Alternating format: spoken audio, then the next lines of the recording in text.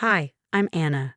This all began during a joyous occasion, Mark's 30th birthday party, where we announced our pregnancy. The setting was perfect, our backyard filled with family and friends. However, not everyone was happy. Kayla, my sister-in-law, has been a challenging presence since I married Mark. At our wedding, she wore a bridal-like dress and caused scenes. Despite these red flags, I've tried to be understanding, especially knowing the difficulties she's been through, like her recent miscarriage. As we were cutting the cake, Kayla came up to me with a plate of food, smiling but with a strange look in her eyes. "Anna, you must try this. I made it especially for you," she insisted. I was cautious due to my severe peanut allergy, but she reassured me, "Don't worry, I remembered your allergy." Something about her tone made me uneasy, but I decided to trust her. "Thank you, Kayla. It looks delicious," I responded, trying to keep the atmosphere light. A few minutes later, while mingling with guests and holding the plate Kayla gave me, my best friend Liz noticed my hesitation. "What's wrong, Anna? You look like you're solving a mystery." I laughed it off. "Just being overly cautious. Kayla made this for me, and you know my history with allergies." Liz raised an eyebrow. "Yeah, and given her history, I'd say keep that egg pie pen handy. Why not have someone else try it, just to be safe?" The suggestion seemed reasonable, so I discreetly passed the plate to Ryan, a family friend who had just arrived and hadn't heard the earlier conversation. "Hey Ryan, try this out. Kayla outdid herself with the cooking today," I said, watching closely as he took a bite. His reaction was immediate praise. "This is really good. What is it supposed to be?" Just as I began to relax, thinking my suspicions were unfounded, Ryan's face turned pale. He clutched his throat, gasping for air. Panic ensued as everyone rushed to his side, and I screamed for someone to call 911. As Mark and I accompanied Ryan to the hospital, my mind raced. Was it a mistake or something more sinister? Kayla's earlier assurance echoed in my ears, a chilling reminder that her intentions might not have been as kind as I had hoped. Back at the party, as the ambulance drove away, Kayla approached me with fake concern. "Anna, what happened? Is Ryan okay?" Her words felt hollow. "He had a severe allergic reaction, Kayla, but he doesn't have allergies." "What exactly was in that dish?" She stuttered, her facade cracking. I just followed a new recipe. I thought it would be fine. I'm so sorry, Anna." The night ended with more questions than celebrations, and the joy of our announcement was overshadowed by worry for Ryan's health and unsettling doubts about Kayla's true intentions.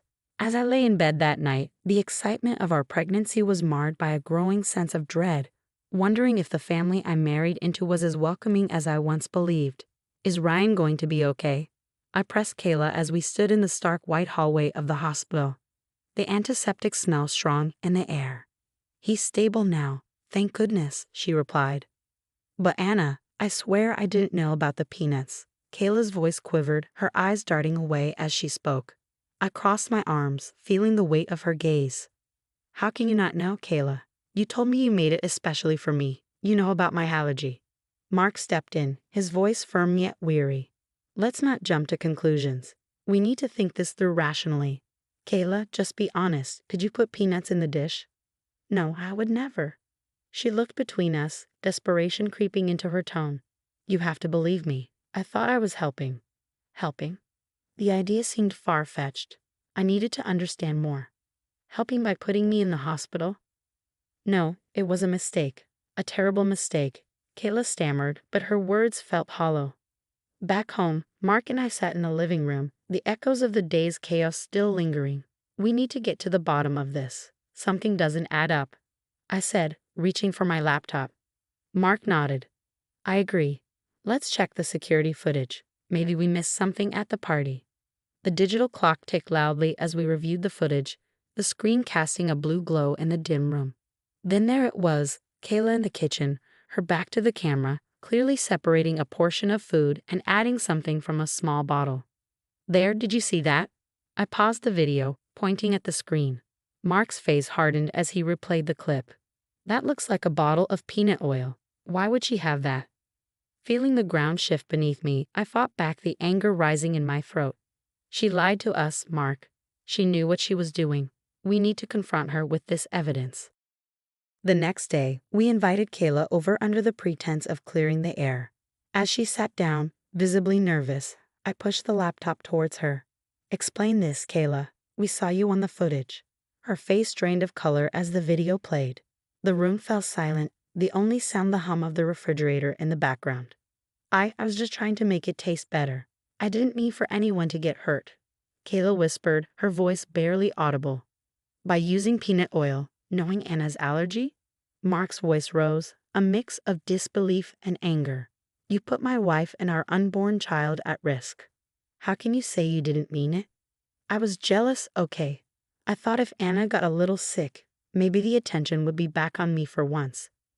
But I didn't want to hurt anyone seriously," she confessed, her words spilling out messy and raw. The betrayal stung deeper than I could have imagined. "Jealousy isn't a mistake, Kayla. It's a choice.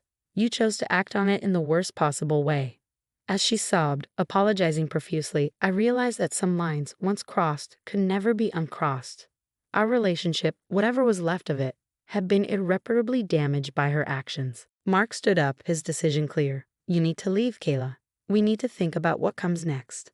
As the door closed behind her, the finality of the moment settled around us. The trust was broken, and the road ahead was uncertain. But one thing was clear. We had to protect our family no matter what. "After everything, you still called the cops on your own sister-in-law." Mark's mother, Evelyn, confronted us in our living room, her voice thick with disbelief.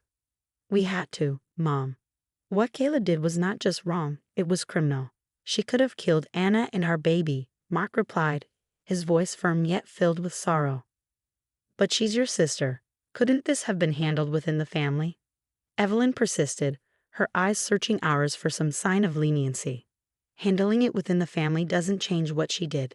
We can't just sweep it under the rug," I said, unable to believe we had to justify our actions. The doorbell rang, slicing through the tense air. It was Detective Simmons, the officer handling our case. He stepped in, nodding politely. "Good afternoon. I have some updates on the investigation." Evelyn excused herself, the atmosphere too much for her, leaving Mark and me with Detective Simmons. "We've reviewed all the evidence, including the security footage and testimonies from the party guests. It's clear that Kayla acted with premeditation. We're proceeding with charges of attempted poisoning," he explained, his tone professional but empathetic. "What happens next?" Mark asked, his hands clenched in his lap. "Kayla will be arraigned soon.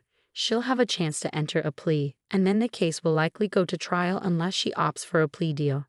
Detective Simmons detailed the process. As he left, Mark and I sat in silence, the weight of the situation pressing down on us. We had made the difficult decision to protect our family, but the fallout was tearing everyone apart. The next few days were a blur of legal consultations and family arguments. Kayla's husband, Jason, came over one evening, his expression one of defeated confusion. I can't understand it. How could she do something like this?" "Jason, I'm so sorry. This is hard on all of us," I offered, feeling his pain. The man was losing his wife to her own destructive actions. "She said she was feeling overshadowed by your pregnancy, that it made her do crazy things," Jason continued, trying to find some reason in the madness. "It's no excuse for trying to harm someone," Mark interjected, his voice steady but his eyes sad. "Yeah, I know. What do I even tell our kids? How do I explain that their mom did something like this?" Jason's voice broke, the reality of his situation settling in. "You tell them the truth, that sometimes people make very bad choices and there are consequences," I suggested gently, knowing how tough the road ahead would be for him. As Jason left, I leaned against Mark, exhausted by the emotional toll. "Do you think things will ever get back to normal?" "Maybe not the old normal, but we'll find a new normal, one where we can feel safe and focus on our family," Mark replied, pulling me close. The weeks leading up to the trial were tough. Every phone call seemed to bring more bad news or more strain, but through it all, we held on to each other, determined to get through this storm together for our family's sake and for the safety of our unborn child. The door shut softly behind Evelyn as she left, her last words hanging heavy in the air. "You two need to think about forgiveness at some point. She's still family." "I know, Mom, but it's hard to think about forgiveness when we're still dealing with the fallout," I said, understanding Evelyn's plea, but also knowing the scars would take time to heal. Mark responded, his voice tight with frustration. The rest of the evening was quiet, a stark contrast to the turmoil of the day. I found solace in the nursery, folding tiny clothes and arranging stuffed animals, trying to create a peaceful space amid the chaos. Mark joined me, his hands helping mine. "How are you holding up with all this?" he asked. "It's a lot, but focusing on this, our baby, it helps, makes it feel like there's still good ahead," I said, smoothing a blanket over the crib. A few days later, Liz dropped by with dinner and an ear ready to listen. As we sat at the kitchen table, her presence was a comforting reminder of the support we had. "How's Ryan doing now? Any better?" she asked. "He's recovering, thankfully. It was touch and go for a while. But he's getting stronger every day," I updated her, grateful for her concern.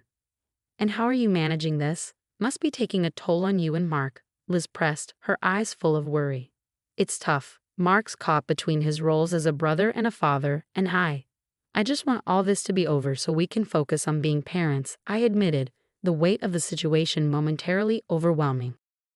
The trial date approached quickly, and with it a flurry of media interest. Cameras and reporters clustered around the courthouse on the day, their microphones thrust forward seeking a sound bite. "Can you tell us how you feel about your sister-in-law's trial today?" one of the reporters shouted as we navigated through the crowd. "No comment," Mark stated firmly, guiding me protectively past the flashing cameras. Inside the courtroom, the atmosphere was tense. Kayla sat with her lawyer, her eyes occasionally darting in our direction, but mostly staring down at her hands. The proceedings were a blur of legal jargon and testimonies, each word adding to the surreal nature of the situation. During a recess, Mark leaned close, his voice a low murmur. "No matter what happens, we have to stay strong for our family, for our daughter." The verdict came sooner than expected, guilty. The judge's voice was firm, the sentence severe given the premeditated nature of Kayla's actions. As the gavel fell, a chapter closed on the darkest part of our lives. But the echo of its impact lingered. Leaving the courthouse, the air felt different, freer, yet still tinged with the sadness of what had transpired. "It's over," Mark whispered, squeezing my hand. "Yes, but it's also a beginning," I replied, my hand resting on my belly, feeling the gentle kick of our baby, a reminder of the life we were about to welcome. The weeks that followed were a mix of preparation and reflection. We spent time with friends and family, all of whom were a constant source of strength. The nursery was finished, the walls painted in soft pastels, a stark contrast to the dark days we just endured. One evening, as Mark and I sat on the porch watching the sunset, he broke the comfortable silence. "I'm sorry you had to go through all this, especially now." "I know, but we went through it together. That's what matters," I reassured him, my head resting against his shoulder. "And we'll keep going together," Mark promised, a vow filled not just with determination, but with hope. As the sun dipped below the horizon, its last light lingered, a symbol of the enduring light we'd found in each other. No matter the darkness, we had each other, and soon, our daughter, to brighten our days. "Look at her, Mark. She's perfect," I whispered, cradling Emma in my arms, the soft glow of the nursery nightlight painting shadows on the walls. "She really is just like her mom," Mark replied, his voice filled with a mixture of awe and relief, as he leaned over to adjust the tiny blanket. The door creaked slightly as Liz peeked in, a tray of homemade cookies in hand. "Room for one more?" Always I smiled, motioning her in. "But be warned, she's a heart stealer," Liz chuckled as she set down the tray. "I wouldn't expect anything less from the daughter of you two." As we settled into the cozy living room, the conversation turned reflective. "You know, this whole ordeal with Kayla made me realize how strong you guys are. Not everyone could handle that," Liz remarked. "It was tough, but it brought us closer together, and it taught us a lot about who we are and what we stand for," Mark added, taking a cookie from the tray. "And how to protect what's most important," I said, gazing down at Emma, who was now gently grasping my finger with her tiny hand. The room filled with the soft sounds of evening. A car passing by, the distant bark of a neighborhood dog. Liz leaned forward, her expression earnest. "So what's the plan now? I mean, how do you move forward from something like this?" "We focus on the positives, on rebuilding, and we make sure Emma grows up in a world where she feels safe and loved," Mark stated, his determination clear. "I can help with that. Aunt Liz has a lot of babysitting credits to offer," Liz joked, lightening the mood. Deal, I laughed, grateful for her presence and the normalcy it brought. As Emma yawned and settled deeper into my arms, Mark reached over to tuck a stray lock of hair behind my ear. Despite everything, I feel hopeful. Like turning a new leaf, I set my gaze fixed on the peaceful face of our daughter. We've got a lot of good days ahead, just the three of us, Mark said, his voice a soft promise in the quiet room. And plenty of adventures.